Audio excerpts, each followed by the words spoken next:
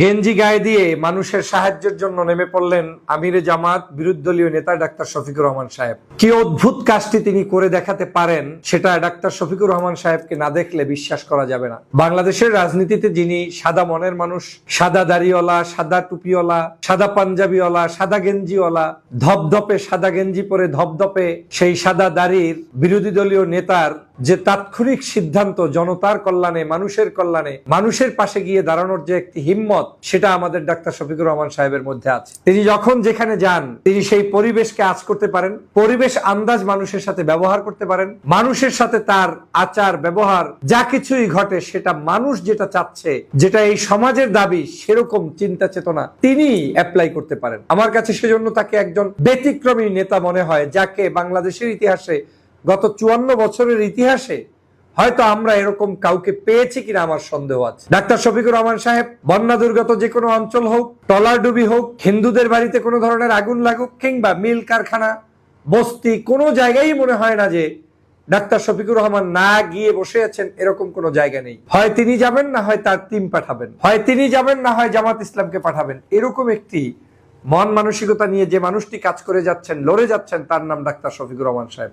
আমরা দেখেছি যে বাঁশখালীতে তিনি উপস্থিত হয়ে মানুষের মতো করে সাধারণ কৃষকের ভেসে কৃষকদের কাছে, গরিবের কাছে, অসহায় মানুষের কাছে মিশে যাওয়ার চেষ্টা করছেন। বন্যার সময় নিশ্চয়ই মানুষ যখন খাল সাঁতরিয়ে যায়, কেউ সেখানে টাই ব্লেজার শুট পরে যায় না, কারণ ওই দুর্গত অঞ্চলের মানুষের তখন হুঁশ থাকে না। ডাক্তার শফিকুর রহমান তেমনটাই তাদেরকে বুঝানোর জন্য, মেসেজ দেওয়ার জন্য যে আমিও আছি তোমাদের সাথে, তোমরা যেমন কষ্টে আছো আমিও তেমনই আছি, এসেছি তোমাদের কাছে, একটি গেঞ্জি পরে নেমে পড়েছি, একটি প্যান্ট পরে নেমে পড়েছি, পায়জামা পরে নেমে পড়েছি, কিন্তু তোমাদের কাছেই তোমাদের মতো করে চলে এসেছি। পকেটে টাকা আছে, হাত দিয়ে বিলি করে দিল, হাতে তার খাবার আছে, জনতার মধ্যে দিয়ে দিল।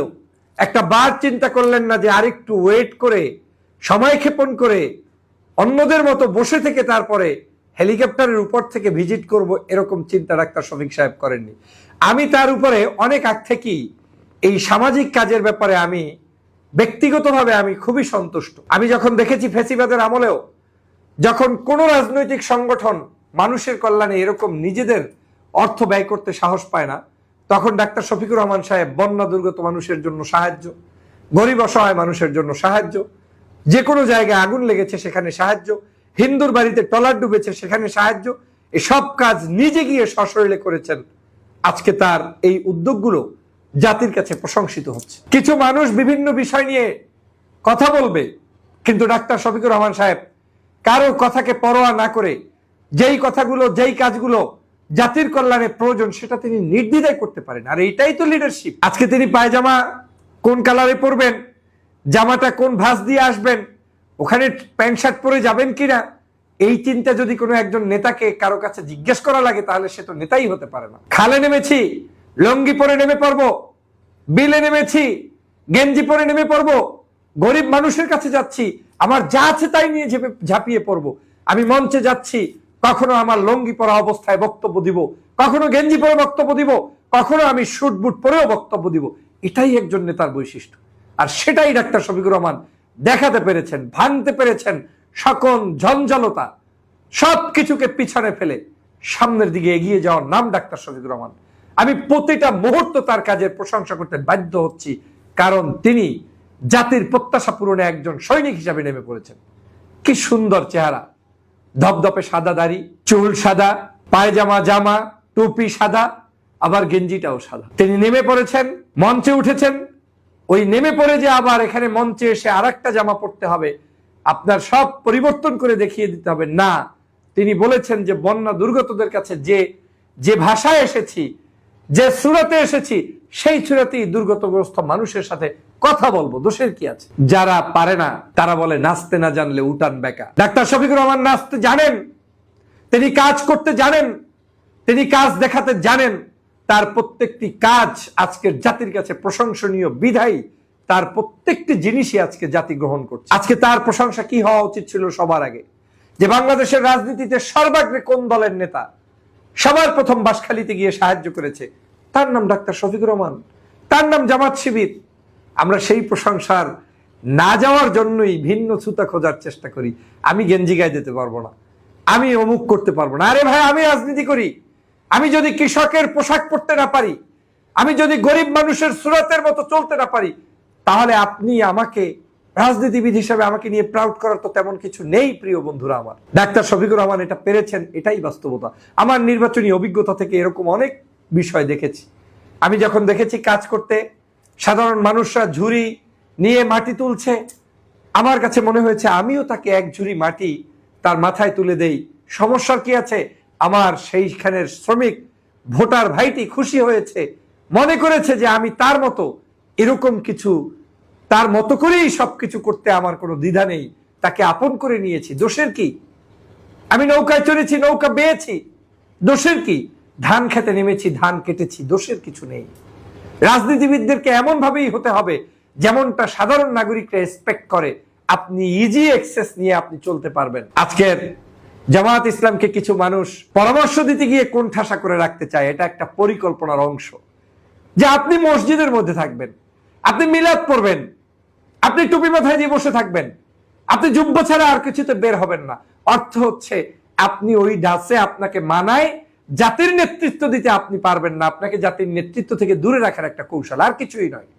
আর আমি বিশ্বাস করি ডাক্তার শফিকুর রহমানের মতো মানুষরা যদি নেতৃত্বের নামে যেভাবে তিনি করছেন, এইভাবে যদি প্রত্যেকটি নেতাকর্মী তার প্রত্যেকটি ওয়ার্ডে, গ্রামে, পর্যায়ে কাজ করে, তাহলে সাধারণ নাগরিকদের কাছে তত বেশি যেতে পারবো। ওরা কেন চায় না আপনি ভালো কিছু করেন জানেন? ওরা চায় না এজন্য তাহলে সন্ত্রাস, দুর্নীতি, চাঁদাবাজি, নৈরাজ্য থাকবে না, রাজনীতিটা ওরা করবে। ওরা যদি খালে একটা গেঞ্জি গায়ে দিয়েও নামে, তাহলে বলবে অমুক নেতা গেঞ্জি গায়ে কত সুন্দর সাধারণ নাগরিকদের সাথে মিশে গিয়েছেন। আর ইসলামপন্থী কেউ যদি একটু সুন্দর ভালো কাজ করে, সেটা নিয়ে অ্যাপ্রিসিয়েট করার মানুষের সংখ্যা খুবই কম। আমি ডাক্তার শফিকুর রহমান একজন জেনারেল শিক্ষিত ভদ্র মানুষ, নেতৃত্বের গুণাবলী সম্পন্ন, আবার তিনি একটি রাজনৈতিক দল যেটা ইনসাফ ভিত্তিক রাষ্ট্র কায়েম করতে চায়, সেই দলের আমির। তারই তো হতে হবে সব ধরনের জায়গায় অ্যাক্সেস নেয়া এবং দেওয়ার মতো একটি বিশেষ ক্ষমতা সম্পন্ন, জ্ঞান সম্পন্ন নেতৃত্ব তারই তো হওয়ার কথা। আর সেটাই হয়েছে। উনি তো বাংলাদেশের প্রধানমন্ত্রী, উনি আগামীর প্রধানমন্ত্রী, এখনো প্রধানমন্ত্রী লেভেলের, কারণ ওনাকে জনগণ কিন্তু প্রধানমন্ত্রী বানিয়েছে। আজকে সে কারণে ডাক্তার শফিকুর রহমান সাহেবের এই কাজগুলো আমার পছন্দ। ব্যক্তিগতভাবে আমি তার এই কাজের অ্যাপ্রিসিয়েট করি। যারা মনে মনে ভাবেন উনি এই উদ্দেশ্যে গেল কিনা, ফটোশুট করতে গেল কিনা, আরে ভাই, তোমার ফটো তুলতে বলছে কে? তোমার যদি ক্যামেরার এত মূল্য থাকে তুমি তুলিও না। জামাতের আমির তোমার কাছে জিজ্ঞেস করে যাবে যে কোন পোশাকে, কোন জায়গায়, কোন অবস্থায় যাবে। আরে মাঠে ঘাটে, পানিতে, ট্রলারে, নৌকায়, রাস্তাঘাটে, অলিতে গলিতে, প্রত্যেকটি জায়গায় জামাত শিবির বিচরণ করবে এবং ডাক্তার শফিকুর রহমান সাহেব সমাজ অ্যাকসেপ্টেবল যে প্রত্যাশিত ড্রেস কোড, সেটাকে সেখানে অ্যাপ্লাই করে সে যাবে। সেটাতে তুমি আমি বাধা দেওয়ার কিছু নেই। সংকীর্ণ মানসিকতার মানুষরাই এ ধরনের কাজ করে। আর তার চেয়েও বড় কাজ হচ্ছে আপনাকে কাজ থেকে দূরে রাখার জন্য এই সব শয়তানি করে। আমার ভালো লাগে একটা জিনিস, শফিক সাহেব কাউকে পরোয়া করেন। কোন অভাবগ্রস্ত 80 বছরের এক মহিলা দৌড়ে এসে একটা আবেগে তার সামনে দাঁড়িয়ে কথা বলতে পারবে না, এটার নাম তো রাজনীতি হতে পারে? কোন জায়গায় গরিব সাধারণ নাগরিকদের সাথে তিনি কথা বলে হযরত ওমরের মতো সাহায্যের হাত বাড়িয়ে নিয়ে যাবেন, সেটা করতে পারবে না, এটার নাম রাজনীতি হতে পারে না।